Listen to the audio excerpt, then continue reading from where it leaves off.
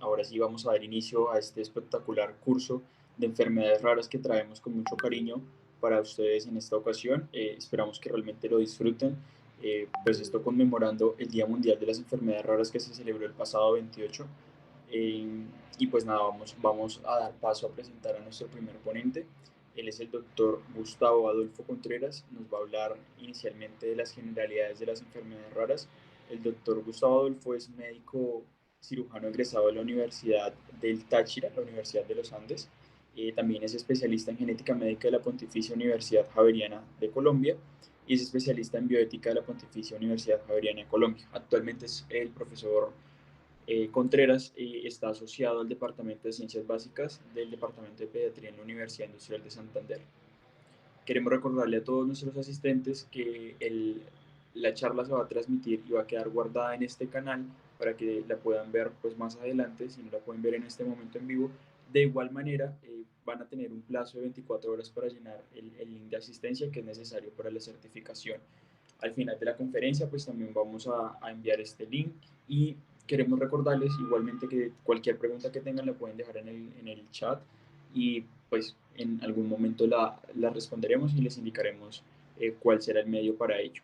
Finalmente, pues también recordarles que son 3 módulos que esperamos nos puedan acompañar en todos y que disfruten mucho sobre las enfermedades raras, un tema que en muchas ocasiones no es tan común, pero que es importante también en la práctica médica.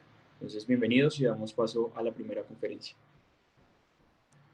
Bienvenidos a todos a este evento que está conmemorando específicamente la parte de enfermedades huérfanas, enfermedades raras. Quiero agradecer iniciando al grupo de CEIMED-WIS, al grupo de ASENCOL a nivel de Colombia y al grupo de la FELSOSEM a nivel latinoamericano por la organización de este evento. Para mí realmente es un placer venir a hablar de algo que es mi día a día. Realmente nosotros en nuestra profesión, en la parte de genética, las enfermedades huérfanas o enfermedades raras, pues es básicamente nuestro caballo de batalla todos los días. Y siempre tenemos este proceso del día de la conmemoración de las enfermedades raras en febrero, específicamente por ese día que es un día diferente, que a veces es 28 y a veces es 29, por eso se escogió ese día que era diferente en el año para conmemorar este proceso de estas condiciones. Entonces, yo siempre he dicho que así como uno dice que el Día de las Madres realmente no se debería celebrar un día, sino es todos los días, igual pasa con las enfermedades raras o huérfanas. Claro, tenemos un día de conmemoración, tenemos una fecha de conmemoración, pero todos los días tenemos pacientes con este tipo de condiciones. Entonces, este es un llamado para tenerlas presentes, pero además de eso, ojalá las tengamos presentes siempre en nuestra consulta y en nuestro proceso de atención a pacientes. Inicio con explicar pues mi conflicto de interés, doy mi declaración, no tengo conflicto de interés para la presentación de esta conferencia. Y el contenido de esta conferencia va a ser el siguiente. Vamos a iniciar con el de explicar qué es una enfermedad rara huérfana. Posteriormente vamos a explicar las enfermedades genéticas porque el 80% de estas condiciones huérfanas tienen un componente genético. Posteriormente vamos a hablar sobre el diagnóstico y manejo y al finalizar vamos a terminar con cuál es el panorama actual, qué es lo que hoy en día nosotros conocemos de las enfermedades huérfanas y cómo se están manejando a nivel latinoamericano y también pues a nivel regional. Entonces, vamos a iniciar con lo que sería enfermedad rara huérfana. Acá vamos a tocar lo que son la parte de definiciones. ¿Qué entendemos por una enfermedad rara o una enfermedad huérfana? Definición.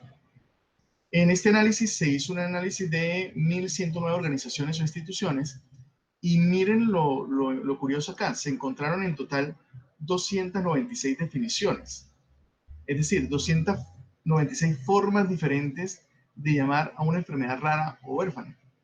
Entonces, 38% usaron el término de enfermedad rara y 6% usaron el término de enfermedad huérfana en principio, pero cuando ya se hizo un análisis más ajustado y se logró identificar cuáles eran los descriptores desde el punto de vista de estas definiciones, se logró identificar que en su gran mayoría utilizan de manera más frecuente el término de enfermedad rara en la literatura y en las instituciones, aunque va muy de cerquita, el término de enfermedad huérfana. Menos frecuente utilizar el término de especializado, especial o ese tipo de terminología. Básicamente estamos en esos dos puntos, por eso es que siempre nosotros hacemos referencia a enfermedad rara o huérfana. Si ustedes ven acá, parte de la definición tiene un componente importante y es la prevalencia. Entonces no es solamente decir específicamente que es una condición que la gran mayoría tenga una base genética, sino su prevalencia. Y la prevalencia va a variar dependiendo del país. Lo que ustedes están viendo acá es la prevalencia de acuerdo a los sitios donde se toman las prevalencias más, digamos, más altas, por decir, uno en 2000, uno en 2500. Colombia en general, Latinoamérica, nosotros estamos tomando una prevalencia que va 1 en 50.000, perdón, 1 en 5.000, que ese es un punto importante de la definición, 1 en 5.000. Pero hay países que están mucho más ajustados, digamos, en cuanto a la forma de presentación. Eso tiene que ver con los recursos con los que el país cuenta para poder cubrir las enfermedades. ¿Por qué les digo esto? Porque si tengo una diferenciación en esa parte de enfermedad rara, desde el punto de vista de los recursos que tengo para poder manejarlas, para poderles dar tratamiento, lógicamente, mientras más altas sean el ajuste de prevalencia, o sea, si se deja 1 en 2000, van a entrar una cantidad de enfermedades que no eran consideradas antes raras y ahora sí entran dentro del proceso de manejo. Repito, eso tiene que ver básicamente con política pública y con la parte de recursos. Más adelante podemos ampliar la información. Entonces, una enfermedad rara, pues es el término más aceptado para la descripción de estas condiciones que se han descrito. Medicamento huérfano, el término más usado para definir la tecnología asociada al tratamiento de enfermedades raras. O sea que realmente huérfano es más utilizado para hablar de la tecnología. Y el umbral de prevalencia va a estar definido pues en cada región, en cada país, en cada continente. Entonces, en principio, estas son enfermedades que son crónicas, tienden a ser debilitantes y que amenazan la vida y que tienden a generar un proceso de discapacidad. Y fíjense que la frecuencia va a variar. En Europa 1 en 2000, en Estados Unidos 1 en 1500, en Japón 1 en 2500. De hecho, en Estados Unidos incluso ya se están catalogando, básicamente, poblacionalmente hablando, aquellas que se presenten digamos, que tengan una posibilidad de presentación a nivel nacional en menos de 200.000 personas. En la Organización Mundial de la Salud ha incluido que sea 6.5 10 por 10.000 y en Colombia la prevalencia que se ha logrado establecer ha sido 1 en 5.000. Esa es la prevalencia definida. Entonces, siempre que nosotros hablamos de enfermedad rara como tal, estamos hablando de una prevalencia, en este caso en Colombia, de 1 en 5.000. Uno tiene que dirigirse siempre al país donde esté para saber cuál es la prevalencia que se está manejando. Y el otro componente de esa definición de enfermedad rara sería específicamente lo que sería crónica, debilitante y que amenaza la vida. Por otro lado, tenemos las llamadas enfermedades ultra raras o ultra huérfanas. Son aquellas que la prevalencia es realmente baja. Se han definido en menos de 1 por 50.000 o 0.1 por 100.000 o 1 por cada millón o 2 millones de habitantes. Entonces, bueno, si ya es complejo decirle a alguien que tiene una enfermedad rara, pues ahora decirle que tiene una enfermedad ultra rara y explicarle de qué se trata, pues no es fácil desde el punto de vista de la parte de definiciones. En Colombia, nosotros estamos utilizando, de acuerdo a la ley, estamos utilizando el término de enfermedad huérfana. Y dentro de enfermedad huérfana se incluye lo que sería una enfermedad rara, una enfermedad ultra huérfana y una enfermedad olvidada. Así es como lo tenemos en este momento en definiciones de acuerdo a la ley. Y si ustedes ven acá, lo que estamos viendo es que una enfermedad rara, pues son enfermedades potencialmente mortales o debilitantes a largo plazo, de baja prevalencia y alto nivel de complejidad. Una enfermedad ultra huérfana es considerada una condición extremadamente rara. Se sugiere una prevalencia de 0.19 por cada 100.000. Y una enfermedad olvidada, que pertenece a la enfermedad huérfana, son, por ejemplo, el conjunto de enfermedades infecciosas, muchas de ellas que tienden a ser parasitarias y que afectan principalmente a las poblaciones más pobres y con un limitado acceso a los servicios de salud. Es decir, en este caso la enfermedad olvidada ya no aplica específicamente que sea una enfermedad de baja prevalencia. Puede ser una enfermedad de una prevalencia importante en una región, pero que ha sido olvidada porque de alguna manera o pues no hay interés desde el punto de vista, digamos, de la parte farmacéutica o no hay un interés desde el punto de vista o no se han generado los procesos en salud pública y por eso se han llamado de esa manera. Entonces, estas son las definiciones que tenemos en este momento para Colombia de lo que sería enfermedad huérfana. Cuando estamos hablando de estas enfermedades, pues una de las preguntas principales es, bueno, ¿qué debemos saber y quiénes deben saber sobre estas enfermedades? Con respecto al personal de salud, específicamente hablando del personal médico, tenemos una dificultad y es porque en nuestra carrera, en pregrado, tenemos durante 6 años una formación en enfermedades frecuentes, que ya son bastantes. Las enfermedades huérfanas las tocamos en ciertos momentos durante la carrera, pero no somos, digamos, o no, primero por el volumen de enfermedades y por su baja prevalencia, no es, digamos, una materia de contexto global en todas las escuelas y facultades de salud.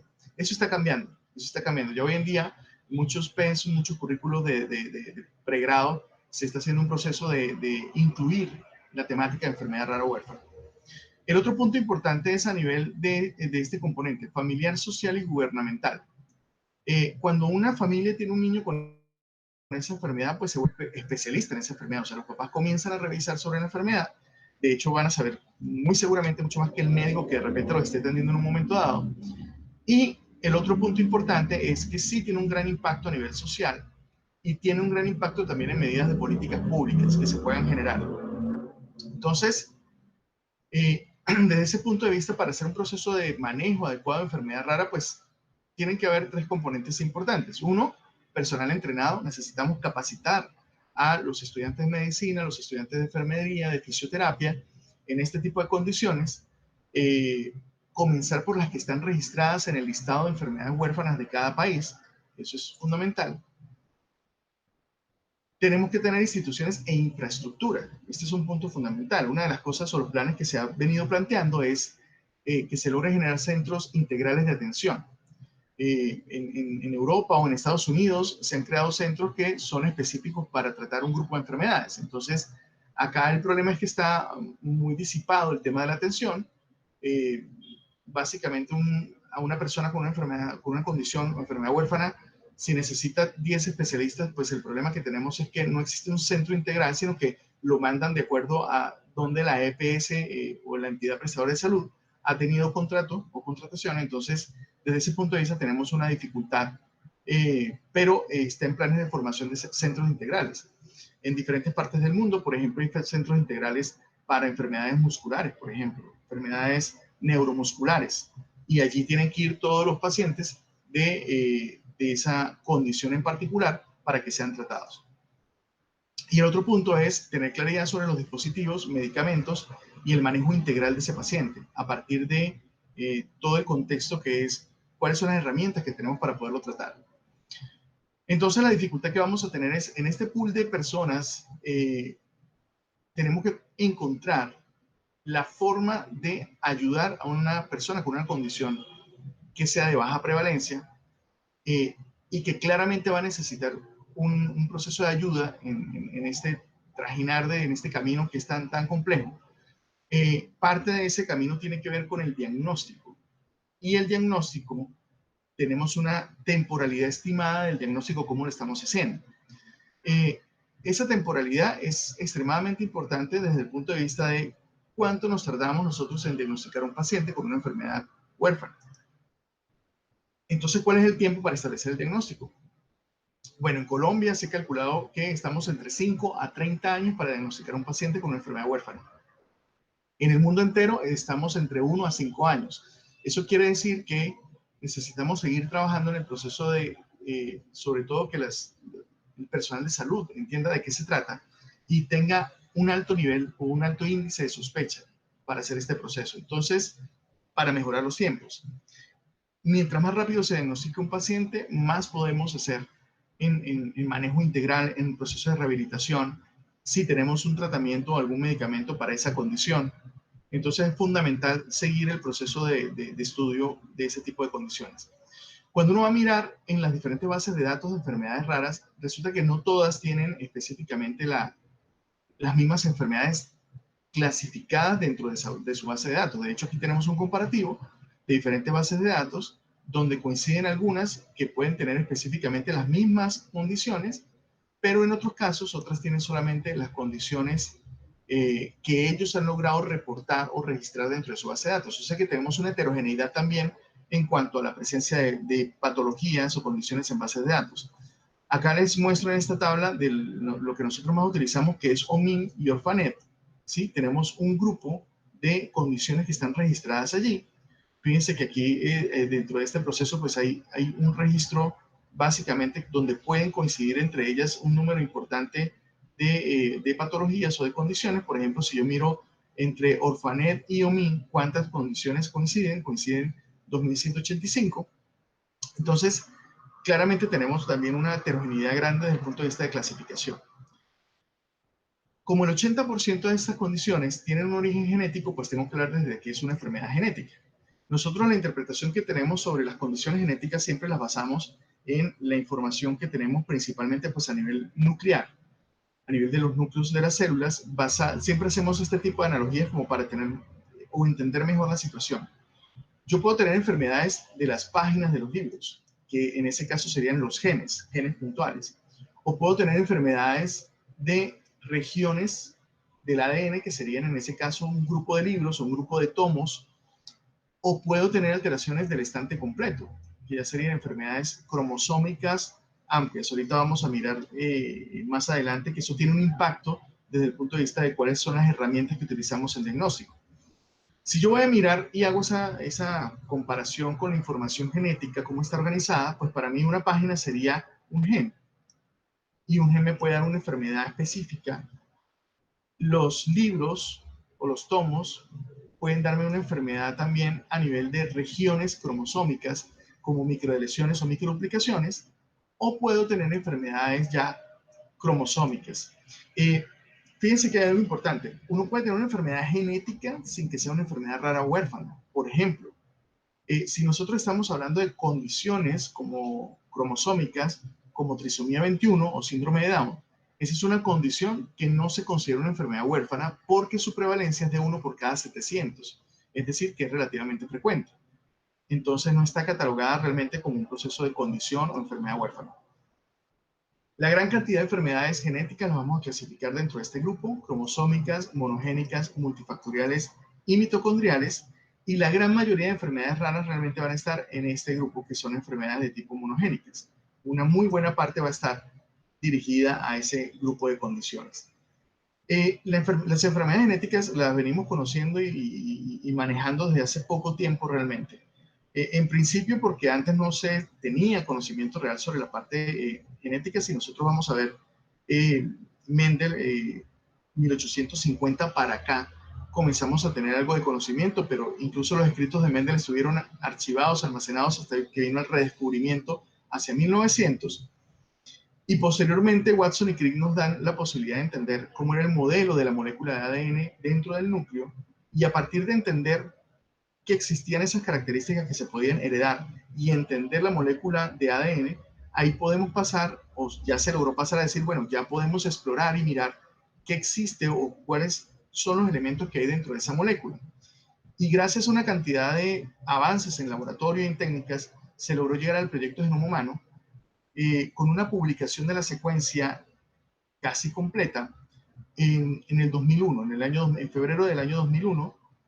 Se publicó en estas dos revistas, en Science y Nature. Se publican los principales borradores del proyecto Genoma Humano, tanto del área del NIH, que era el área pública, como del área privada, que era Celera Genomics, a cargo de Craig Venter.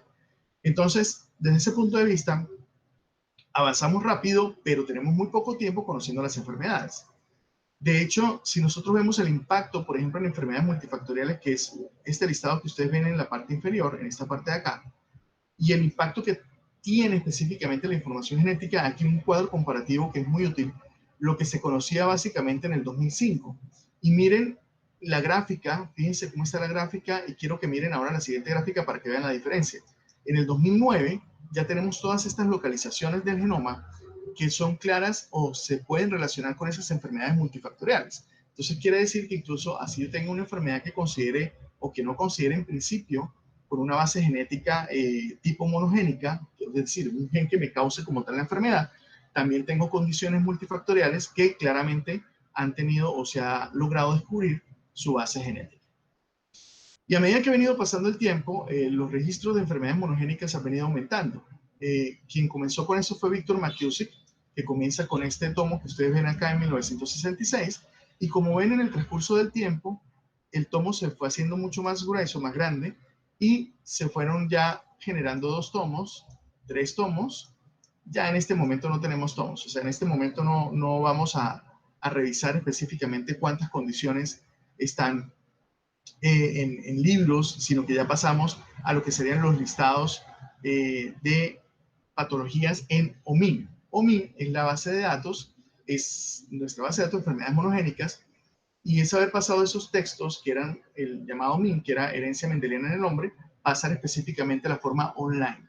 Y esta es la que manejamos hoy en día. Lo importante que quiero que miremos en principio es que las condiciones o enfermedades huérfanas que tenemos hoy en día registradas es porque lógicamente se han venido haciendo un descubrimiento de sus genes y su relación con patogenicidad, pero nos hace falta todavía un camino por recorrer. Fíjense que en el 2021, entre enero y febrero, están nuevos registros. Nuevos registros son o nuevos genes que se descubrieron relacionados con enfermedades o nuevas enfermedades que se han colocado en la base de datos que se presume tengan una condición genética de base. Esto hace que claramente tengamos muchas más condiciones en el transcurso del tiempo. Puede ser que yo haya hecho una asesoría para una familia, para un paciente en junio del 2020, que les haya dicho, mire, no sé qué tiene su paciente porque pues hicimos todos los estudios, hicimos todo el proceso y no conseguimos exactamente cuál era la causa, pero puede ser que sea una cuestión de temporalidad. Puede ser que el gen de esa enfermedad se descubra o se haya hecho el descubrimiento en octubre del 2020, en este grupo de genes nuevos que están acá. Eso quiere decir que pacientes que nosotros tengamos sin diagnóstico debemos hacerle seguimiento para poder establecer si realmente más adelante se puede hacer una prueba genética en particular para lograr identificar su etiología. Y si vamos a ver un poco más allá desde el punto de vista de cuántos genes tenemos descritos 16.429 genes. De esos, la gran mayoría están relacionados ya con condiciones específicas. Fíjense que aquí tenemos un poco más de 7.000 enfermedades que ya están descritas con algún componente genético que tenga una base molecular completamente conocida ya y que se sepa 6.000, ¿sí? Y a eso se le suman este grupo de enfermedades que están acá, que a pesar de tener una base molecular desconocida, se sabe que el fenotipo está bien descrito. Y estas son las que se sospechan que pudieran llegar a tener un componente genético porque se han encontrado en familias.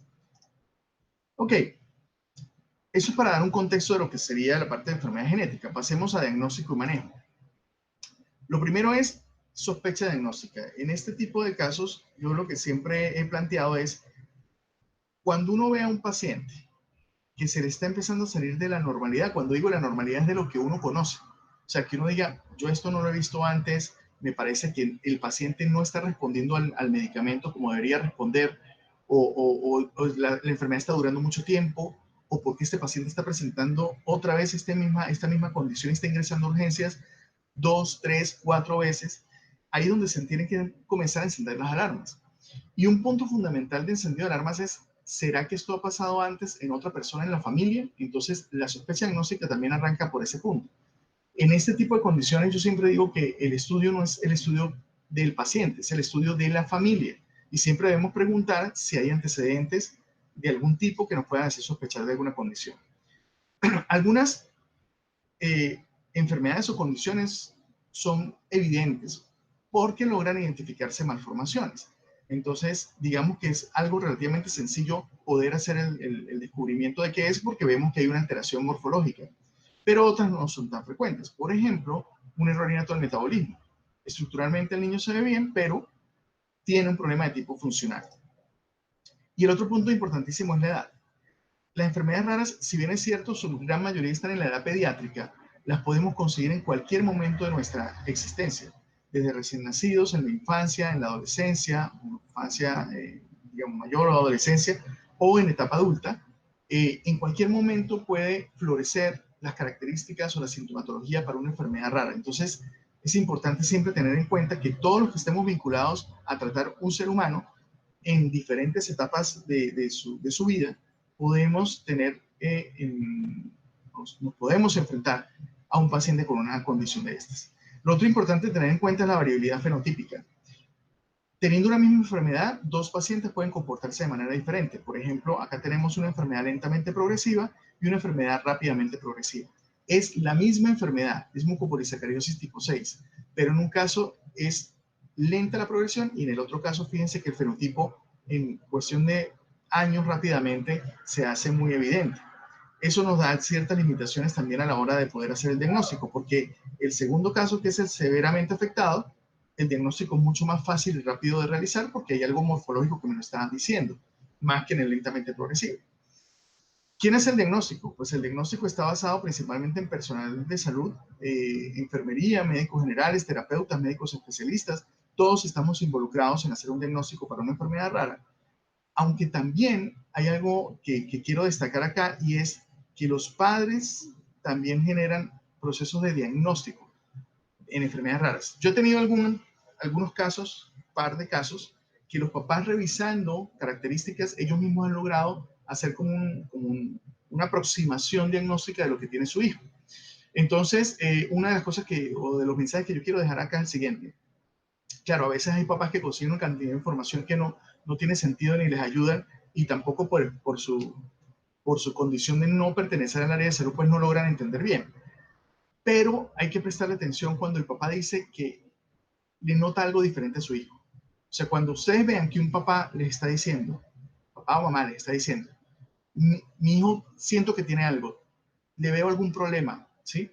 No escuden ustedes los argumentos en decir, lo que pasa es que estos papás son primíparos, es su primer hijo y pues están muy angustiados y le pueden ver de todo. No, presten atención, porque la gran mayoría de pacientes que yo tengo en la consulta iniciaron con ese proceso, que los papás le veían algo diferente y generalmente los médicos les decían que tranquilos, que todo estaba bien, que estaba dentro de la normalidad. Presten atención cuando digan que ellos ven algo diferente en su hijo, que ellos piensan que algo tiene su hijo, ¿listo? Y tenemos lógicamente diferentes herramientas diagnósticas en este momento. Afortunadamente, a diferencia de hace 15 años, hacer diagnósticos en este momento más precisos y con herramientas que nos ayudan bastante, los podemos realizar. Antes contábamos solamente con hacer cariotipos. Los cariotipos iniciales eran así, o sea que ni siquiera se podían identificar bandas. Luego de la década de los 70 logramos identificar las bandas y ser mucho más precisos. Y después de eso viene un avance en la tecnología molecular, con la aparición de los microarreglos, de la secuenciación del exoma y de la secuenciación del genoma.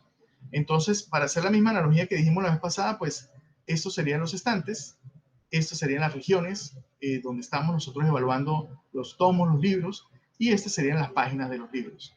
Y eventualmente en cualquiera de esos sitios podemos encontrar para una enfermedad rara. Entonces siempre tenemos que hacer el proceso de evaluación-estudio para cada una de estas posibilidades. Y repito, estas herramientas ya las tenemos disponibles y ya podemos eventualmente realizarlas para diagnóstico confirmatorio en un paciente. Vámonos a ver un poco sobre la parte de lo que sería cómo es la forma de presentación de estas enfermedades. Y esta gráfica que les pongo acá es porque cuando surgió este examen, que es el llamado exoma, todo el mundo pensaba que con este estudio nosotros íbamos a tener claramente el diagnóstico de todas las enfermedades.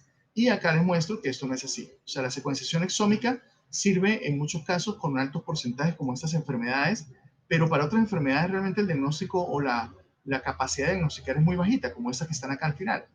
Entonces, eso quiere decir que el exoma no es la panacea. El análisis clínico es lo más importante para uno poder orientar hacia dónde va ese paciente y saber cuál es la aproximación diagnóstica que se debe realizar.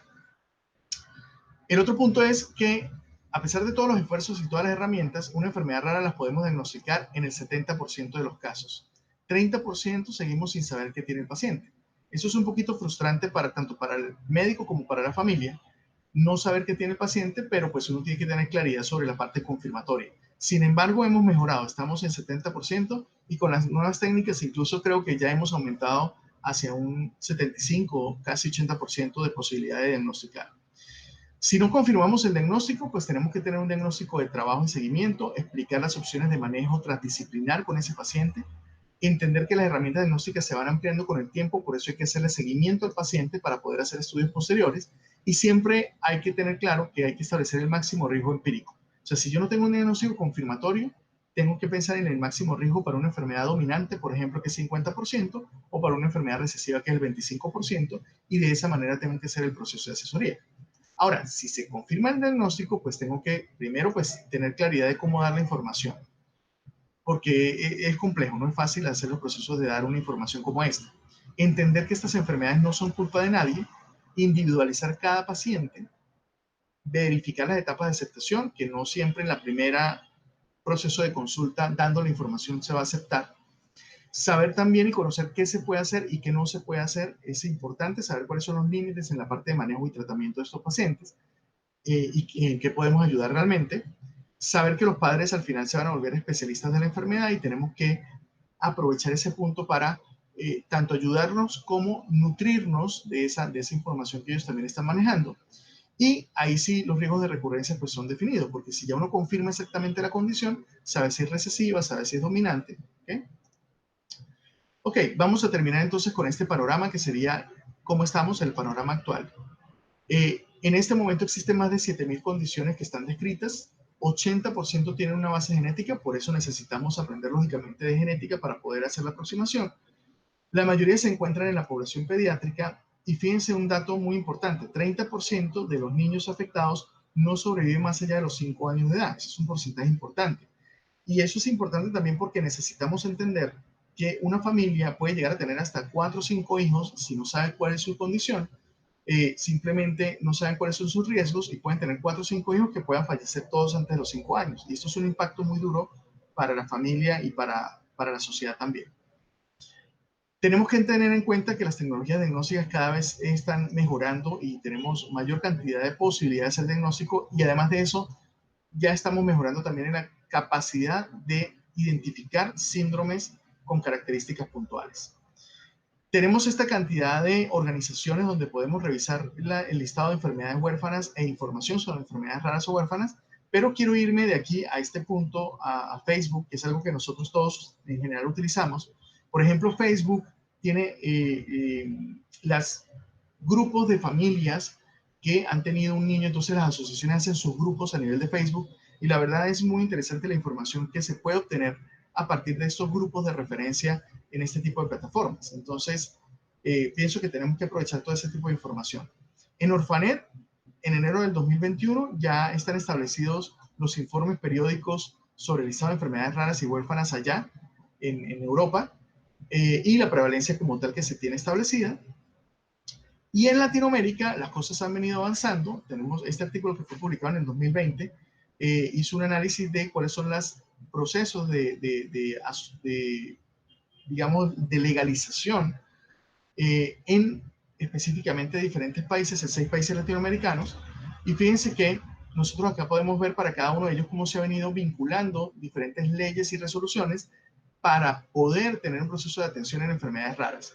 En Argentina fue en el 2011, en Brasil en el 2014, en Chile en el 2015, Colombia en el 2010, México en el 2012 y Perú en el 2011. O sea que vamos muy parejos todos en el proceso de generar leyes. Algunos generan algunas resoluciones y leyes específicas. Fíjense, Argentina tiene estas resoluciones, estos decretos. En otros casos, Brasil, Chile, por ejemplo, solamente tienen las leyes específicas. Colombia tiene una cantidad de decretos y resoluciones que han venido surgiendo a partir precisamente del proceso de actualización de las enfermedades raras o huérfanas en el país. Y de esa manera, pues, se está haciendo el proceso de aproximación. México, pues, específicamente de su parte del inicio de lo que les mostré en la primera tabla, la primera parte de la tabla, y Perú, que pues también tiene su decreto. Entonces, de alguna manera, desde el punto de vista de salud pública, sí se ha venido trabajando y de políticas públicas a nivel gubernamental, pero hace falta mucho camino por recorrer porque esto que yo les estoy mostrando está lógicamente en papel y necesitamos llevar eso a una realidad. Es lo que está ocurriendo desde el punto de vista de las enfermedades raras en cada país. Entonces acá tenemos las diferentes organizaciones por país que eventualmente nos ayudan a llevar esto a una realidad.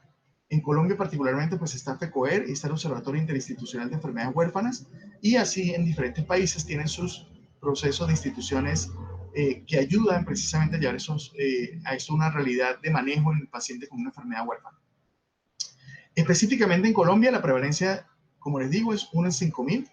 Hay registrados en la base de datos de enfermedades huérfanas en este momento 58.564 pacientes. Ese es un dato de esta semana que pasó. 56.4 corresponde a mujeres y 43.2% a hombres, y 18.983 son menores de 20 años, que representa el 32.4%. El 21.2% representan principalmente enfermedades hematológicas y enfermedades que eventualmente pueden que sean multifactoriales, por ejemplo, esclerosis múltiple. Fíjense que más allá de una enfermedad monogénica están más registradas las enfermedades hematológicas. Esto quiere decir no que tengan mayor prevalencia, esto quiere decir que los hematólogos son más juiciosos en registrar las enfermedades. Y ahí tenemos que comenzar todos en este proceso de registro. Igual lo que pasa acá, 51.7% están en entidades territoriales como Antioquia, Bogotá y Valle del Cauca. Esto no quiere decir que ellos tengan más enfermedades genéticas, quiere decir que en esas regiones se está haciendo un proceso de registro más ajustado. Y actualmente tenemos un listado de enfermedades raras o huérfanas que se está actualizando cada 2 años. En este momento lo tenemos en 2.198 enfermedades. Específicamente en Santander, en nuestra región, pues los datos son poco visibles. Tenemos en total 2.515 registros, la gran mayoría son enfermedades hematológicas, y se está en un proceso de creación de la Mesa Técnica de Enfermedades Huérfanas este año. Este año estamos en ese proceso y pensamos que ya finalizando el año ya vamos a tener organizada la Mesa Técnica de Enfermedades Huérfanas de Bucaramanga. Bueno, muchísimas gracias y pues estaré atento a cualquier comentario o pregunta.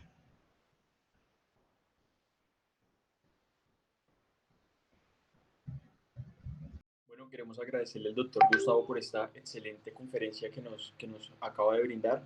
Es importante recordar que antes de empezar como tal los temas necesitamos como una introducción para conocer un poquito más de esas enfermedades raras, cómo se maneja su prevalencia, cómo es el diagnóstico. Entonces, le agradecemos mucho a él A esta todos parte inicial. nuevamente. A continuación, Para pues mí. el doctor Gustavo también nos va a dar una charla adicional. Vamos a hablar de mucopolisacaridosis. Entonces, espero que pues les guste y puedan aprender mucho sobre esta patología. A todos nuevamente, para mí es un placer estar acá con ustedes compartiendo ahora un tema específico de un grupo de enfermedades que pertenecen específicamente a este bloque de enfermedades huérfanas o raras, que son las mucopolisacaridosis. Nuevamente agradecer a la invitación a CEIMED, a CENCOL y la FESUCEM por este evento. Entonces, la idea de esta presentación es dar un poco un bosquejo de qué son estas enfermedades y sobre todo una aproximación desde el punto de vista de la parte fenotípica, o sea, cómo identificarlas en la evaluación clínica del médico en su consultorio, y eventualmente cuáles son, digamos, los signos que nos pueden orientar a pensar en este tipo de enfermedades. Entonces, doy mi declaración de conflicto de interés para esta presentación. No tengo conflicto de interés. El contenido va a ser, vamos a dar una pequeña introducción para entender de qué se trata, la clasificación general que tenemos en este momento para estas condiciones de mucopolisacaridosis, las características clínicas, que aquí es donde vamos realmente a hacer un énfasis importante en la presentación, y por último vamos a hablar algo de la parte de diagnóstico y de tratamiento. Entonces, comencemos con la parte de introducción, de entender este grupo de enfermedades que son, a qué pertenecen. Esta es la clasificación general de las enfermedades raras o huérfanas, enfermedades genéticas en sí, o sea, cuál es la implicación que una enfermedad genética tiene con enfermedades monogénicas, cromosómicas, otras que no son raras o huérfanas como multifactoriales y otras que sí son raras como mitocondriales. Las mucopolisacaridosis van a formar parte específicamente del grupo de las monogénicas. Forman parte de este grupo. Sin embargo, hay que tener en consideración algo que es importante, y es que en algunos casos puede existir un rearreglo cromosómico que me dañe un gen relacionado con mucopolisacaridosis. Quiere decir que en su gran mayoría son monogénicas, sí, pero puedo tener también un rearreglo cromosómico que me genere una enfermedad de este tipo. Entonces, eso siempre hay que tenerlo presente a la hora de hacer el estudio y la evaluación. Entonces, las mucopolisacaridosis pertenecen a un grupo de enfermedades que son enfermedades lisosomales. Vamos a mirar qué es una enfermedad lisosomal como tal y vamos a explicar cuáles son las características de la forma de presentación. Cuando nosotros estamos hablando del lisosoma, pues el lisosoma es una estructura que es importante en la degradación de una cantidad de componentes celulares y tiene que surgir o tiene que tener una función basado en los mecanismos enzimáticos que se encuentran dentro de ese organelo. Entonces, cuando yo tengo voy a señalar por acá, perdón, cuando tengo acá en la célula, ¿sí? Tengo, digamos, el grupo de lisosomas que tienen que tener un proceso de función adecuada para que se dé específicamente la degradación de los elementos importantes. Si yo tengo una mutación en un gen que me genera una alteración de una deficiencia de una enzima lisosomal, pues allí es donde comienzo a tener problemas. ¿Por qué? Porque lo que se degrada a nivel lisosomal, que en este caso vamos a hablar de los glicosaminglicanos, que son macromoléculas y que se degradan en ese sitio, si la enzima no funciona, pues comienza a acumularse. Y ese acúmulo genera, en principio, un fenómeno de tipo, digamos, estructural, porque los lisosomas comienzan a aumentar de tamaño, pero después de eso viene un proceso importante desde el punto de vista funcional. Hay una disfunción como tal de los lisosomas, hay una alteración de las vías a nivel inflamatorio, en estrés oxidativo, en la parte de autofagia, y también hay disfunción de tipo mitocondrial. Entonces, todas las enfermedades lisosomales, en principio, no es solamente el acúmulo de los glicosaminglicanos, sino que traen una alteración funcional de la célula en diferentes puntos, en diferentes aspectos.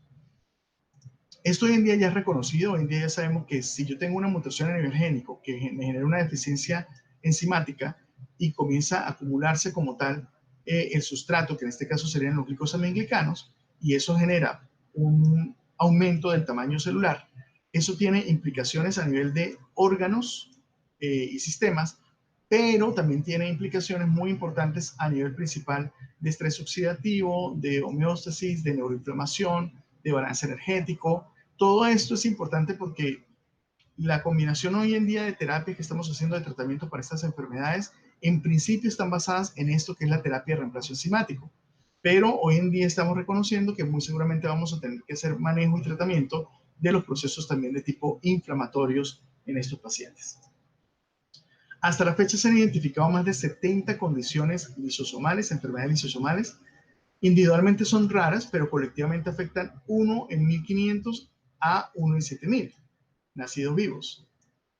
Si ustedes piensan un poco con síndrome de Down, que es 1 por cada 700, si yo las veo en conjunto y si yo ya he visto varios pacientes con síndrome de Down, también debería haber visto pacientes con mucopolisacaridosis, o con enfermedades lisosomales, porque van a representar de todas maneras una prevalencia que es relativamente alta. Esto cuando se toman en conjunto.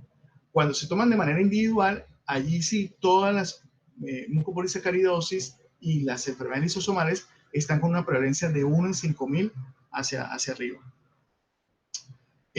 Son desórdenes multisistémicos que son heterogéneos y la complejidad va a ser dependiendo de los productos almacenados. Va a haber diferencia en la distribución de tipo tisular y de las tasas de acumulación. Y el problema que generalmente estamos teniendo es que se hace un diagnóstico tardío y muchas veces el diagnóstico o los diagnósticos iniciales son equivocados. En general afecta a hombres y mujeres por igual, excepto en los casos en que la condición es ligada al cromosoma X, como enfermedad de Fabry y enfermedad de Hunter. De estas dos que están acá, enfermedad de Hunter es una mucopolisacaridosis. Recuerden que en este momento estamos hablando de las generalidades y estamos hablando de enfermedades lisosomales. Enfermedad de Fabry es una enfermedad lisosomal, pero no es una mucopolisacaridosis. ¿Okay? Principalmente se van a apreciar en la infancia, pero varias formas se diagnostican en la etapa adulta, especialmente formas atenuadas.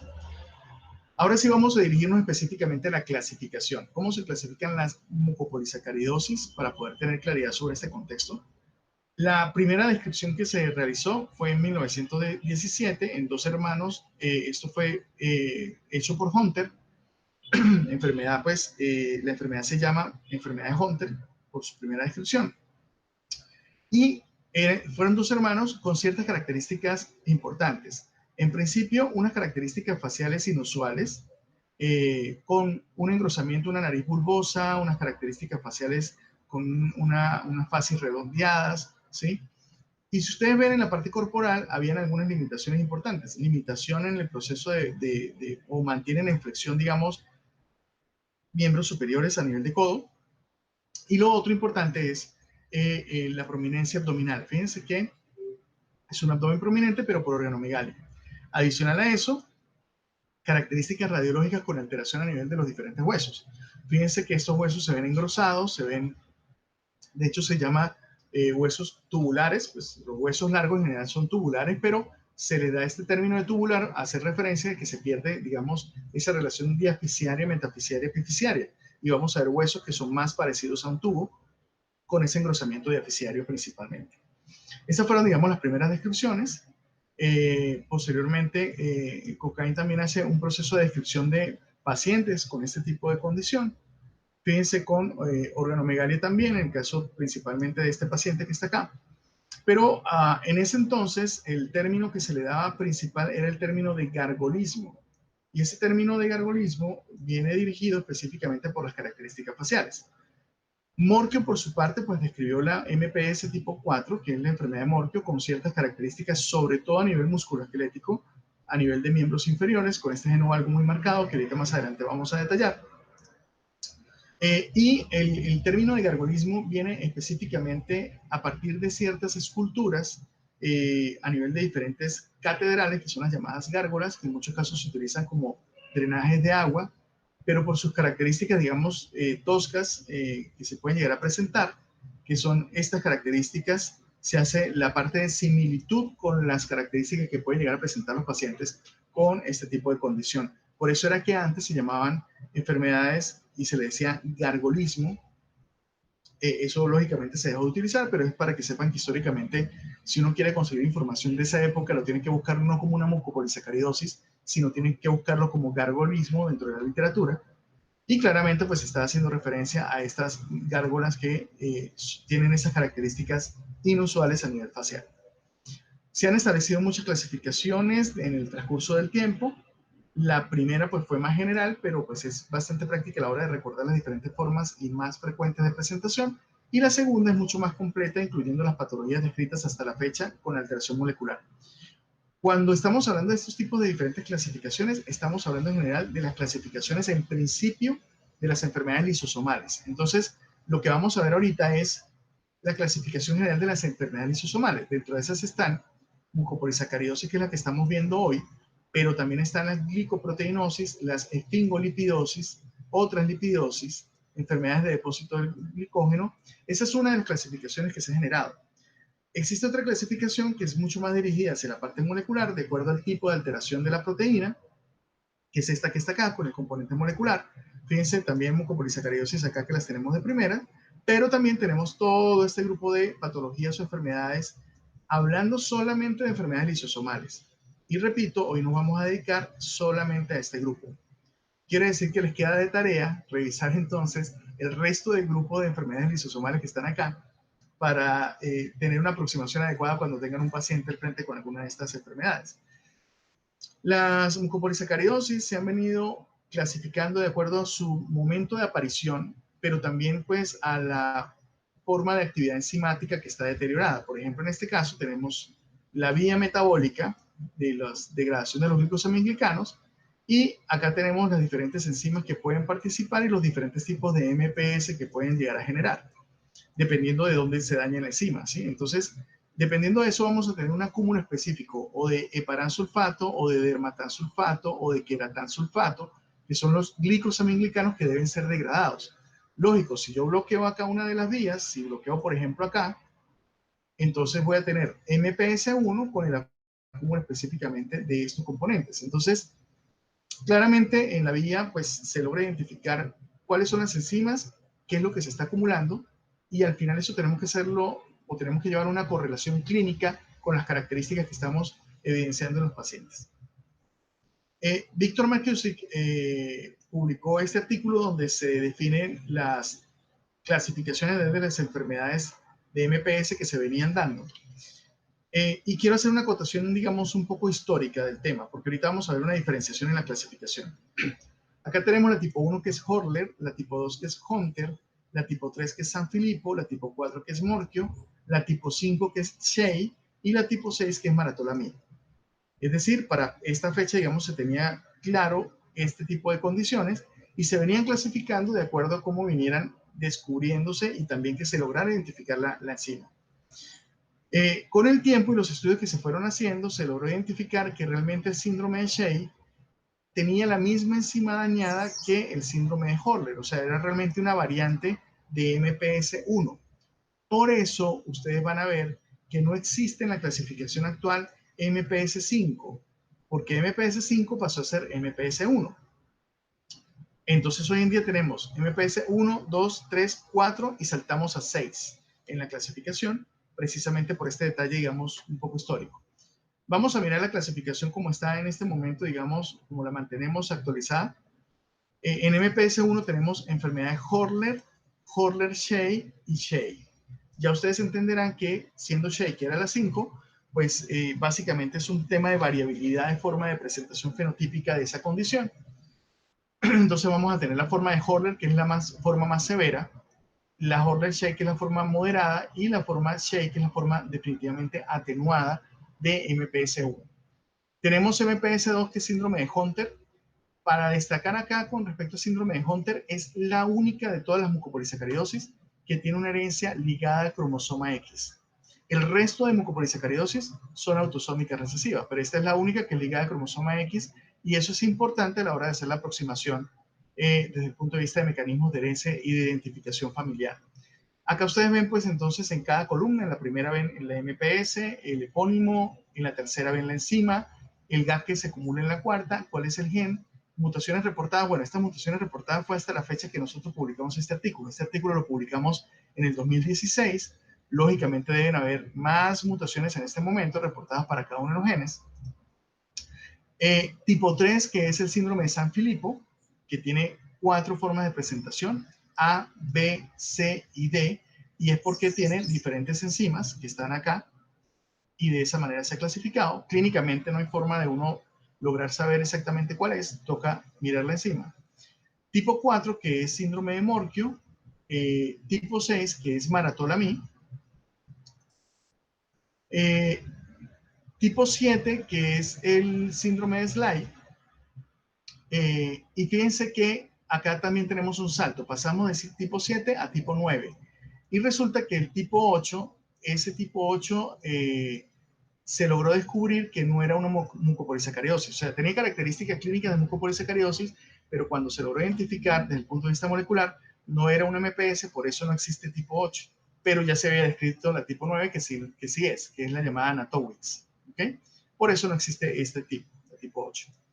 Y por último, tenemos una condición que se llama deficiencia de múltiples sulfatasas, donde puedo tener alteraciones de diferentes de estas enzimas. Es autosómico recesivo y me produce una alteración en varias determinaciones enzimáticas que acabamos de ver. Bueno, pasemos a características clínicas. ¿Cómo hacemos un proceso de identificación de los pacientes desde el punto de vista de lo que nosotros estamos observando? Que es el punto más importante. El problema es sospechar y ojalá tempranamente esta condición en un paciente. Entonces, lo primero que tenemos que tener en cuenta es que las enfermedades de depósito lisosomal tienen una gran heterogeneidad en principio del OSI. Eso quiere decir que muchos genes dentro del genoma pueden generarme los diferentes procesos enzimáticos que se requieren, y por lo tanto, diferentes partes del genoma me pueden causar características clínicas similares. Y tenemos una variabilidad de expresión bien amplia que ahorita más adelante la vamos a detallar. Esto nos trae un inconveniente. El inconveniente es que por cada tipo de mucopolisacaridosis yo tengo que estudiarme exactamente la presentación clínica, tanto de fenotipos leves, moderados como severos, para poder hacer un diagnóstico eventual. Porque la forma severa realmente, pienso que cualquier persona, incluso que no sea del personal de salud, puede decir, esa persona tiene un problema.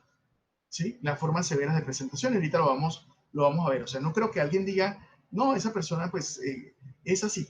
Esas son sus características, no creo. O sea, creo que una forma severa es fácilmente identificable. Estamos peleando porque se identifiquen muy temprano esas formas severas o las formas leves o atenuadas que logren tener esos signos para identificación. Y fíjense que el otro detalle que tenemos es que pueden afectar un montón de cosas. O sea, pueden afectar cabello, cerebro, oídos, pulmones, ¿sí? O sea, una gran cantidad de sistemas pueden llegar a estar afectados con estas enfermedades. Cuando nosotros vamos a ver ya lo que sería en mucopolisacaridosis, Hay algunas características que son puntuales y que pueden presentarse en varios de los pacientes y que son comunes a ellos, y esas son de las características principales. Si tengo alteraciones del sistema nervioso central, si tengo una fascia tosca, si tengo alteraciones de la córnea, alteraciones cardíacas, disostosis múltiple, alteraciones articulares, hepatoesplenomegalia, ¿sí? Son de las principales características. Entonces vamos a detallar ahorita una por una. Acá en esta tabla básicamente está la descripción para tipo 1, 2, 3, 4, o sea, para cada una de ellas, con la forma de presentación de cada una de estas características, pero vamos a detallarlas a continuación. Una de las cosas principales que nos hace pensar en una posible mucopolisacaridosis tiene que ver con la alteración a nivel óseo, ¿sí? Y las alteraciones a nivel de presentación facial principalmente. ¿Cuáles son las características que se van llegando a presentar? Y a partir de eso, mirar si el paciente presenta alteraciones de megalias, porque recuerden que como se está acumulando los glicosaminglicanos, las células comienzan a crecer y los órganos comienzan a crecer por este cúmulo. Y de ahí en adelante vamos a comenzar a clasificar cada una de ellas. Entonces, uno de los puntos fundamentales es la parte de crecimiento. Si nosotros vemos en estas tablas que están acá, estas son tablas para síndrome de Morquio. Y fíjense que los pacientes reportados acá, todos tuvieron una falla en el proceso de crecimiento. Todos estuvieron por debajo de la curva, con detención del crecimiento inclusive. Entonces, ese es un signo importante, al menos para Morquio, ¿sí? Aquí tenemos para MPS1, que es enfermedad Horler. Fíjense que en este paciente también su curva de crecimiento estuvo por debajo. Para tipo 3, para enfermedad de San Filipo, la talla no se ve tan afectada. Se ve algo comprometida, pero no tanto como ocurre con MPS1 y MPS4. Entonces, en este caso, lo que está aquí en verde es la medida normal y lo que está en azul son los niños con MPS3. Acá lo que está en rojo son niñas con MPS3.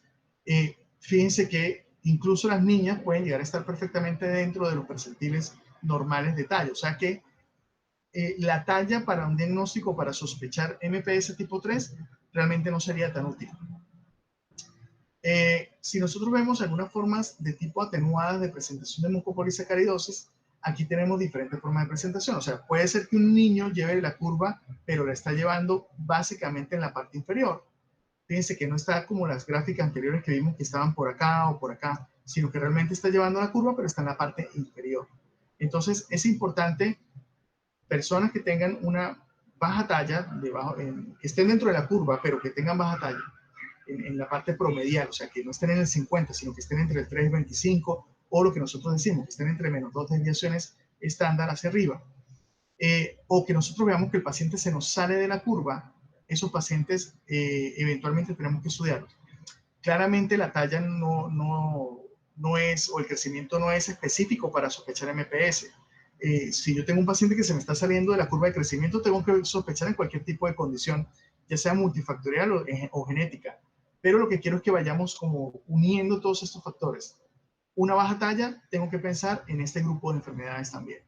Esto lo tengo que ir sumando al resto de características que vamos a mencionar de aquí en adelante. Por ejemplo, ¿qué vamos a ver nosotros a nivel de cráneo? ¿Qué vamos a identificar? Entonces, una de las cosas es las características craneofaciales. Entonces, en principio, esto era lo que yo les comentaba. Este es un paciente con maratolami, que es mucopolisacaridosis tipo 6. Y fíjense que las características faciales son bien inusuales. Tengo características con facies tosca, donde veo, mejor dicho, yo creo que cualquier persona que vea a este paciente va a decir, este paciente tiene algo, y ese tiene algo hay que revisar qué es. Entonces, dentro de eso, cuando ustedes ven un paciente con facies toscas, uno de los primeros diagnósticos es pensar en mucopolisacaridosis. Fíjense que este paciente no tiene tantas facies toscas. Sin embargo, si ustedes ven, fíjense que la nariz es una nariz bulbosa. Fíjense los pliegues nasolabiales que tienden a aumentarse tanto que incluso llegan a tapar el dorso nasal, o sea, pueden continuar hacia el dorso nasal. Fíjense las cejas, que son unas cejas que son gruesas, los labios también tienden a ser gruesos, las facies tienden a ser redondeadas, y hay una característica aquí en el cráneo que es importante, que fíjense que acá tuvo un cierre prematuro de la sutura metópica, o sea que hizo un proceso de trigonocefalia en la parte alta de la región frontal. Ese es un paciente con MPS 4. Ese paciente, las características faciales son menos toscas que el anterior, pero pues tenemos una región frontal que tiende a ser amplia. Es una cosa importante que también tenemos que evaluar. Entonces, algunos tienen algunas anomalías menores que eventualmente también nos tienen que hacer coincidir con el resto de cosas. Una de las características fundamentales en pacientes con mucopolisacaridosis, no todos los grupos, pero no todos los tipos, pero sí es una característica importante dentro de este grupo, es la dolicocefalia, es decir, el aumento de la distancia antero-posterior. Entonces uno siempre ve un aumento de la distancia antero-posterior con una prominencia frontal. Bien. Características de la silla turca. Fíjense que la silla turca pierde su conformación y hace una formación de silla turca en omega. Para entender eso tienen que revisar muchas radiografías normales para que entiendan la forma, ¿sí? Cómo se cambia la forma. Entonces hay que identificar la forma de la silla turca. Hay que identificar cómo puede existir un cierre prematuro de sutura donde no se logra identificar desde el punto de vista también radiológico. Y lo otro también es el perímetro cefálico. O sea, el crecimiento del perímetro cefálico en algunos casos puede estar por arriba de lo correspondiente para las personas de ese grupo etario. En este caso es para MPS 4A, donde se ve que el perímetro cefálico tiende a incrementarse, tiende a aumentarse en algunos casos. Pasemos y miremos a ver qué hay a nivel de ojos. En ojos es una de las características fundamentales y que siempre hago énfasis, excepto para uno de los tipos, digamos, de mucopolisacaridosis, pero los ojos pueden afectarse desde diferentes puntos de vista. A nivel de córnea, fíjense que se afecta por MPS 1, MPS 4 y MPS 6. Es un punto importante. A nivel de presentación de glaucoma para MPS 1 y MPS 6. Alteraciones de nervio óptico MPS 1, MPS 2 y MPS 6. Alteraciones de retinopatía por MPS 1, 2, 3 y 4. Entonces, en ese contexto, diferentes partes del ojo pueden verse afectadas por las MPS. En esta tabla que tenemos acá, lo que quiero que vean es una característica muy importante que es la opacidad corneal. La opacidad corneal, pues es esta que ustedes ven acá. Y si ustedes miran MPS 1, MPS 4, MPS 6, y cuando ya se suman todas en ese grupo de pacientes, pues ese es uno de los signos muy importantes, o sea, es uno de los de mayor frecuencia. Ahora, hay algo a tener en cuenta acá en consideración. Fíjense que MPS 1, el 100% de los pacientes presentaron opacidad corneal. MPS 2, 0. Este punto es fundamental porque cuando estamos haciendo el proceso de identificación de un paciente, muchas veces un varón, digo varón por el tema de MPS 2 que es ligado al cromosoma X, cuando uno lo ve, uno no sabe si puede hacer MPS 1 o MPS 2. Pero si tiene opacidad corneal, entonces ya yo no voy a pensar en MPS 2, tengo que pensar en MPS tipo 1. Por eso es importante conocer las características de cada uno de los grupos. Fíjense que acá en MPS 4 pues también es importante la opacidad, en MPS 6 también. Y el otro punto importante es cuando nosotros vemos alteraciones, por ejemplo, con retinopatía. La retinopatía es una alteración que es importante desde el punto de vista de la parte funcional en estos pacientes. Y eventualmente, si ustedes ven acá, hay unos que presentan un porcentaje que es llamativo, que está cerca del 40-50%, pero fíjense que MPS 4 prácticamente no lo presenta, 6%. Este tipo de diferenciaciones son muy importantes desde el punto de vista de la aproximación diagnóstica de la parte clínica.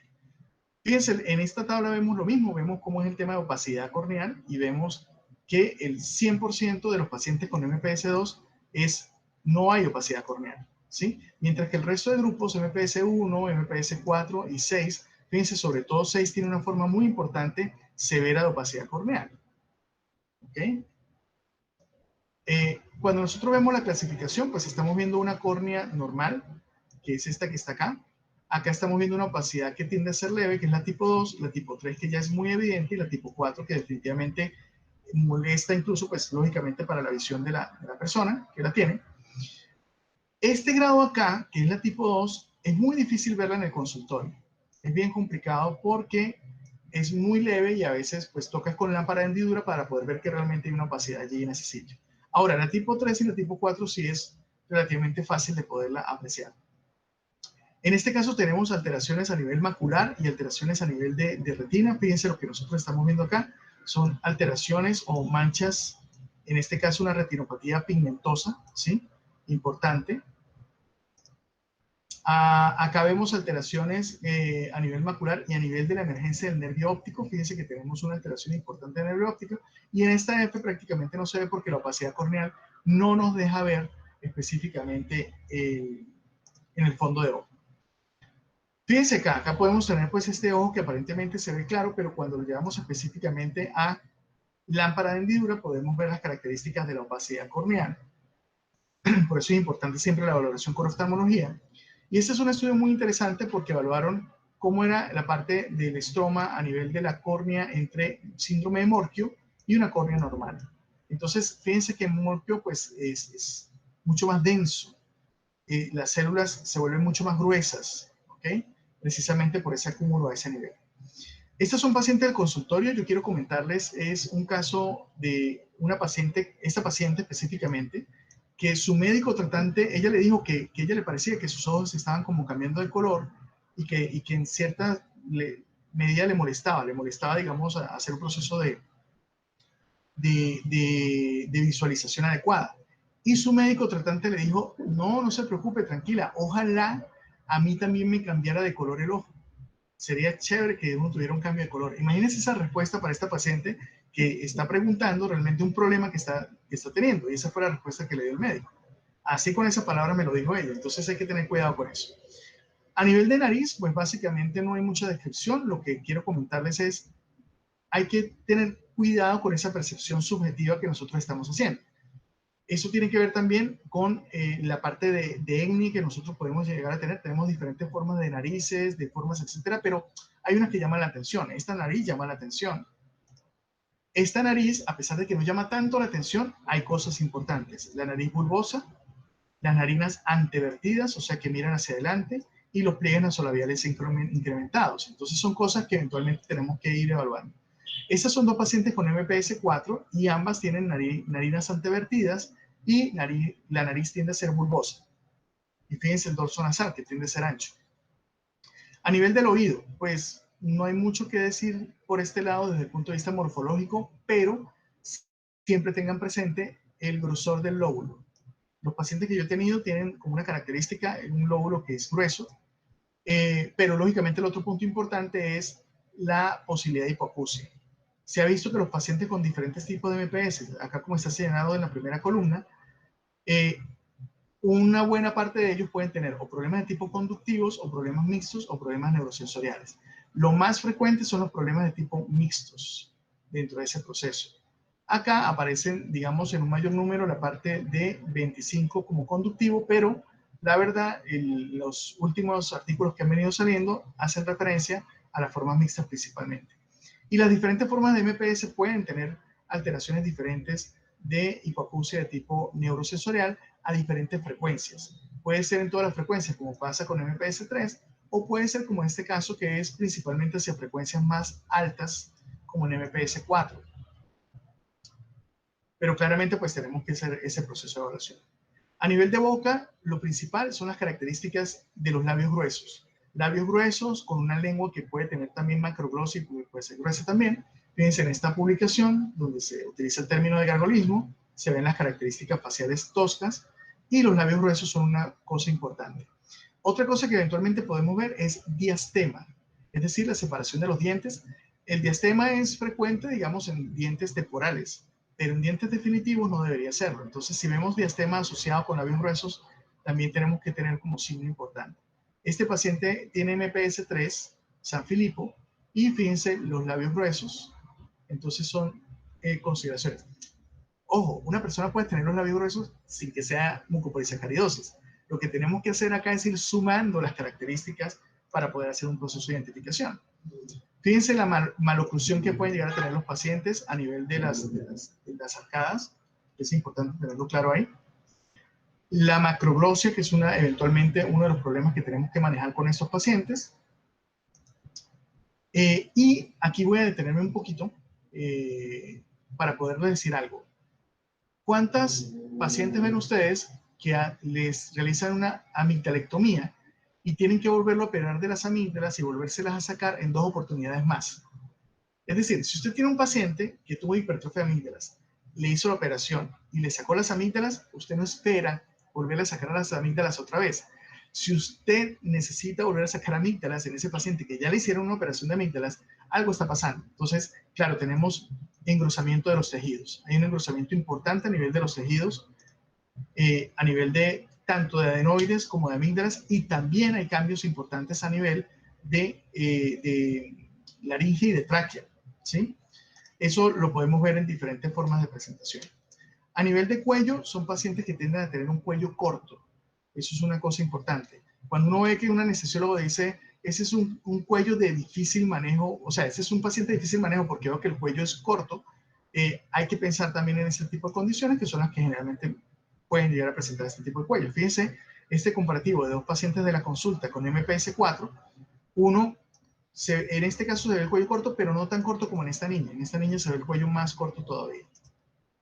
A nivel de tórax, deformidades. Definitivamente las alteraciones o deformidades del tórax, tanto en sentido anteroposterior, a nivel de esternón, a nivel de asimetrías, a nivel de alteraciones de columna relacionadas, son supremamente importantes en estos casos.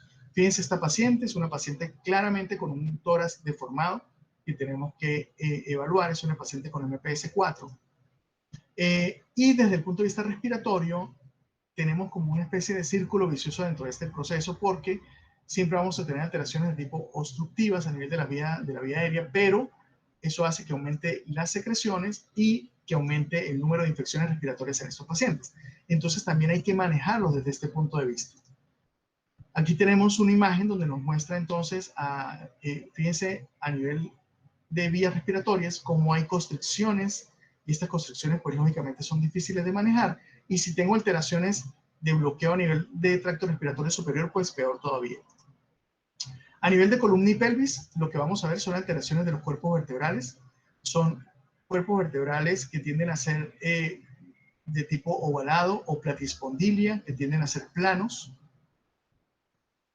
Acá tenemos alteraciones por deformidad de la columna, claramente vistas tanto en radiografías como en la parte de resonancia magnética, y clínicamente nosotros vemos esta forma de presentación cuando el paciente lo tenemos pues, en la consulta.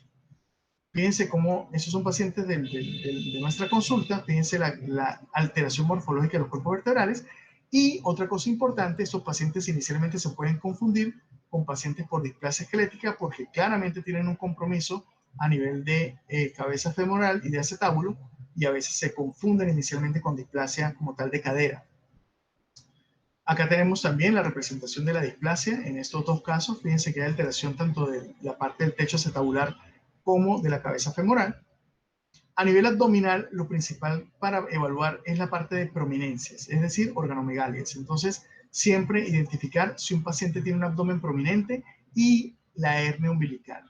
Abdomen prominente con hernia umbilical, pensar en MPS. Este caso es MPS 6, Maratolami. Las hernias umbilicales son relativamente frecuentes en los diferentes tipos de MPS, entonces son pacientes que se han sometido también a herniorrafia umbilical y vuelve otra vez a aparecer la hernia. Entonces siempre es importante tener en cuenta pacientes con hernias umbilicales y prominencias. Y a nivel de extremidades, pues definitivamente las alteraciones de deformidades a nivel de huesos largos, genovalgo, el genovalgo es muy característico a nivel de MPS4. Siempre que ustedes vean un paciente con genovalgo, fíjense, ese paciente que les mostré y esta paciente que está acá, ambos tienen la forma de presentación de genovalgo. ¿Okay? Con algo muy importante, fíjense la distancia intermareolar, una distancia que tiende a ser amplia. Estas pacientes que también tienen MPS4 son pacientes ya adultas, también fíjense con el acortamiento de extremidades y el genovalgo. Y lo otro importante es si pueden llegar a tener características de flexión a nivel de codo y también flexión a nivel de mano, que es lo que nosotros llamamos mano en garra. La mano en garra es una característica de MPS precisamente por el engrosamiento a nivel óseo, por la disostosis múltiple. Y una cosa en la mano en garra que tiende a ser rígida, que es en la mayoría de las mucopolisacaridosis, pero en MPS4 hay una diferenciación. En MPS4 pasa lo contrario. No es una mano en garra, no es una mano rígida, sino que más bien hay hipermovilidad articular. De hecho, esa es una de las cosas que nosotros buscamos siempre para enfermedad de Morquio, identificar la hipermovilidad, porque eso nos hace un patrón de diferenciación. Fíjense las alteraciones morfológicas de los huesos largos, o sea, se altera la diáfisis, se altera la metáfisis y también la epífisis. Y eso era lo que yo les comentaba, pues siempre estar pendiente del geno valgo y de la distancia intermaleolar, que incluso es un parámetro también para corregir quirúrgicamente estos pacientes. Esta distancia, cuando está por arriba de 10 centímetros, es un paciente candidato para corrección de ese geno valgo. ¿Okay? Entonces, eso es importante porque afecta claramente su marcha. Fíjense este geno valgo tan marcado en esta paciente, donde se ve que hay una desviación importante del ángulo. La desviación también a nivel de pies, con alteraciones con pie plano, que también es una de los condicionantes que podemos ver. Y a nivel del sistema nervioso central, pues lo que vamos a ver son alteraciones con hiperintensidades a nivel de periventriculares, también engrosamiento a nivel de lo que sería la parte de la calota ósea, un diploe que tiende a ser grueso, o sea que podemos encontrar allí varias alteraciones. Alteraciones con vascularizaciones anormales a nivel de cuerpo calloso o a nivel también ventricular. Y esto que es una cosa que realmente le tenemos temor que nuestro paciente llegue a presentar, y es precisamente la compresión a nivel medular, fíjense, a nivel cervical, porque un paciente puede precisamente quedar en cuadriplegia por este tipo de condición, y también alteraciones de los discos intervertebrales con procesos de deshidratación de los discos.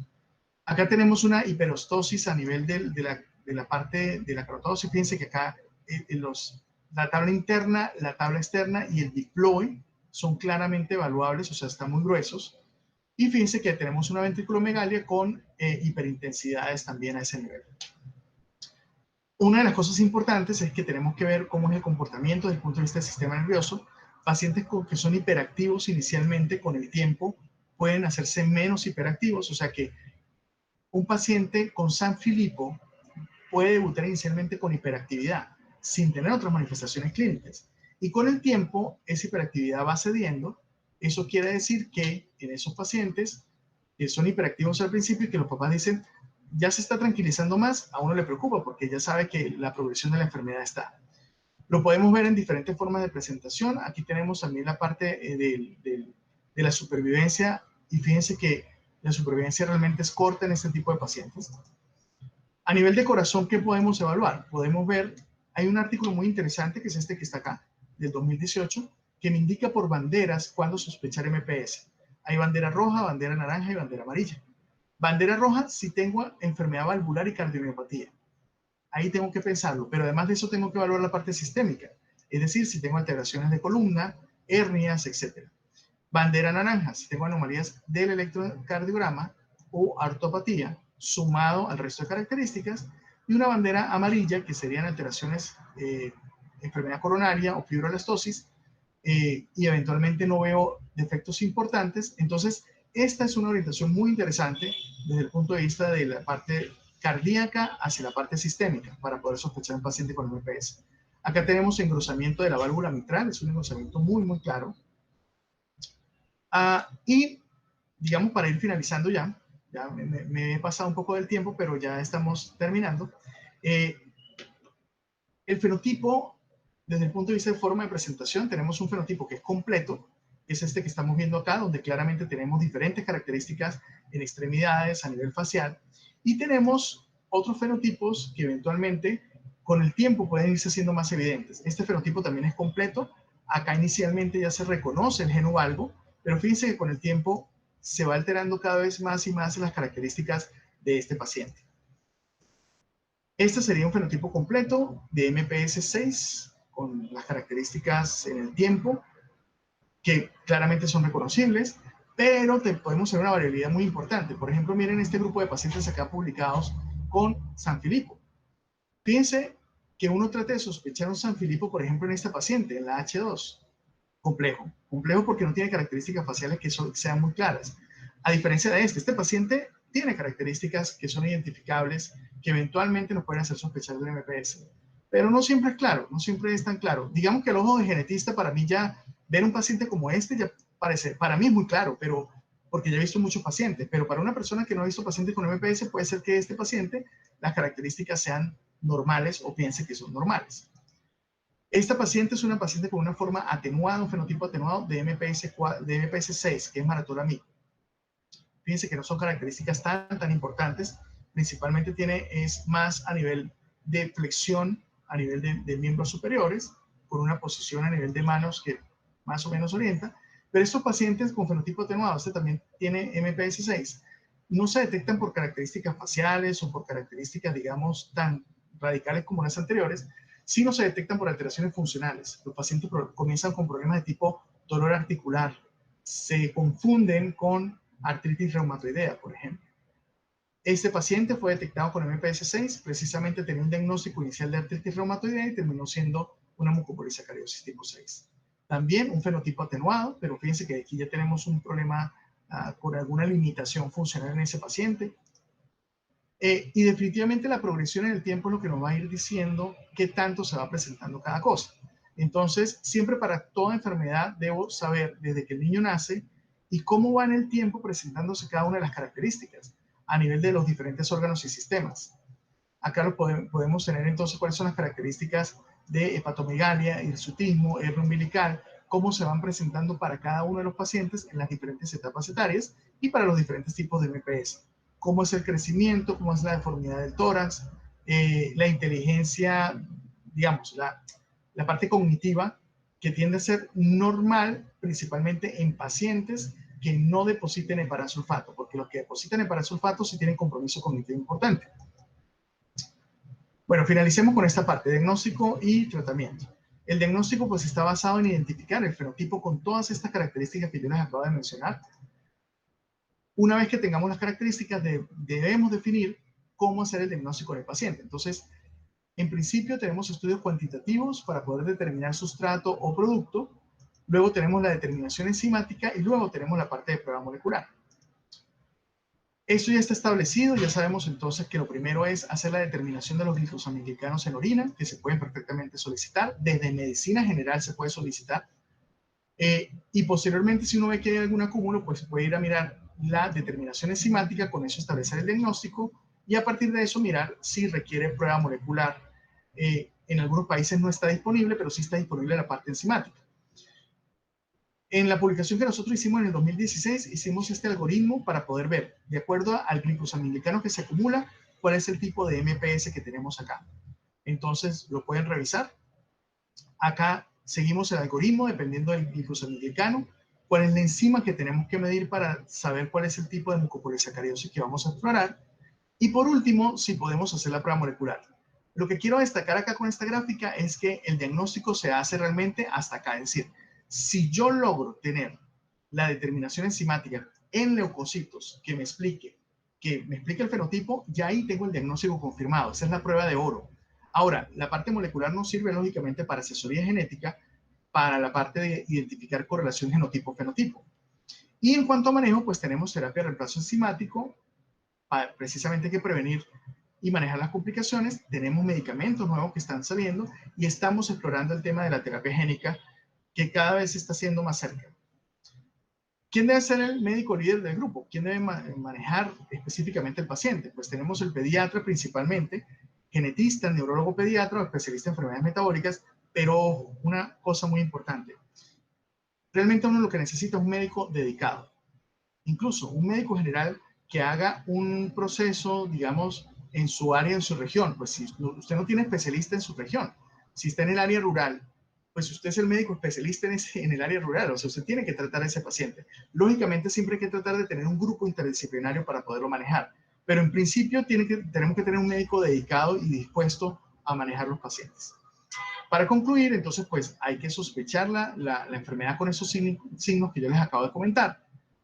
Tener claro que ya tenemos tratamientos específicos para los pacientes. Muchas de estas enfermedades ya tienen terapia de reemplazo enzimático, o sea que les estamos colocando la proteína que está fallando. El manejo transdisciplinario pues es fundamental, hacer todo un proceso y la idea es que cada uno aporte desde su área de trabajo, el oftalmólogo, el neurólogo, el gastroenterólogo, el otorrino, obviamente pues vinculado también la parte de genética, y claramente la asesoría genética es una herramienta supremamente importante. Lograr decirle a una familia cuál es el riesgo que tiene de que se siga presentando la condición es fundamental. Y eso está basado en el diagnóstico definitivo. Bueno, hemos terminado ya la conferencia, entonces estaré atento a cualquier inquietud o pregunta que tengan. Muchísimas gracias. Gracias a usted, doctor. Doctor, tenemos una pregunta. Luis Salazar, que nos acompaña desde Honduras, nos pregunta. Doctor, la mucolipidosis 2, conocida como eye cell disease, tiene un fenotipo similar a la enfermedad de Haller MPS1. ¿Qué diferencia clínica consideraría usted importante resaltar entre estas dos? Sí, el grupo de mucolipidosis es un grupo diferente. Sí, tenemos el grupo de mucopolisacaridosis y tenemos el grupo de mucolipidosis. Fenotípicamente son muy parecidos, muy parecidos. Realmente, yo de hecho tengo un paciente ahora con mucolipidosis que inicialmente hicimos un diagnóstico de mucopolisacaridosis. Pensamos que tenía mucopolisacaridosis porque las características fenotípicas, las características a nivel óseo, todas eran dirigidas específicamente hacia mucopolisacaridosis. Sin embargo, la diferenciación viene cuando uno va a hacer el contexto de la confirmación desde el punto de vista de bioquímica y la parte de determinación enzimática. Particularmente en este paciente, nosotros cuando hicimos la cuantificación de glicosaminoglicanos, no encontramos acúmulo de glicosaminoglicanos. Como de todas maneras tenemos disponibilidad para poder hacer la determinación enzimática a partir de las asociaciones que hay en Colombia, mandamos a hacer la determinación enzimática para las principales y realmente salieron negativas. De hecho, incluso salieron con sobreexpresión. Entonces nosotros decíamos, no tiene sentido, o sea, tener una determinación enzimática sobreexpresada es un indicativo importante para pensar en una mucolipidosis, ¿sí? En ese contexto, lo que se tiene que continuar allí es ir al algoritmo de diagnóstico de mucolipidosis. Entonces hay que hacer una determinación de oligosacáridos a nivel de orina. Cuando uno hace específicamente la determinación, ahí logra identificar hacia dónde va ese paciente. Pero entonces es una condición diferente. Lo que pasa es que fenotípicamente o clínicamente es difícil de diagnosticar. Es uno de los diagnósticos diferenciales de la mucopolisacaridosis y la única forma realmente de hacer el diagnóstico es a partir de la determinación de glicosaminoglicanos, la determinación enzimática y luego la determinación entonces de los oligosacáridos, digamos, a nivel de orina. ¿Vale? Listo, doctor. Muchas gracias. No sé si hay alguna otra pregunta. Por ahora creo que apenas es eso. Bueno, igual estaré atento entonces a los comentarios y preguntas que tengan. Igual allí pues está mi correo, cualquier cosa que quieran consultar y que yo les pueda responder. ¿Vale? Listo. Muchas gracias, doctor. Bueno, muchas gracias por la invitación. Excelente ponencia.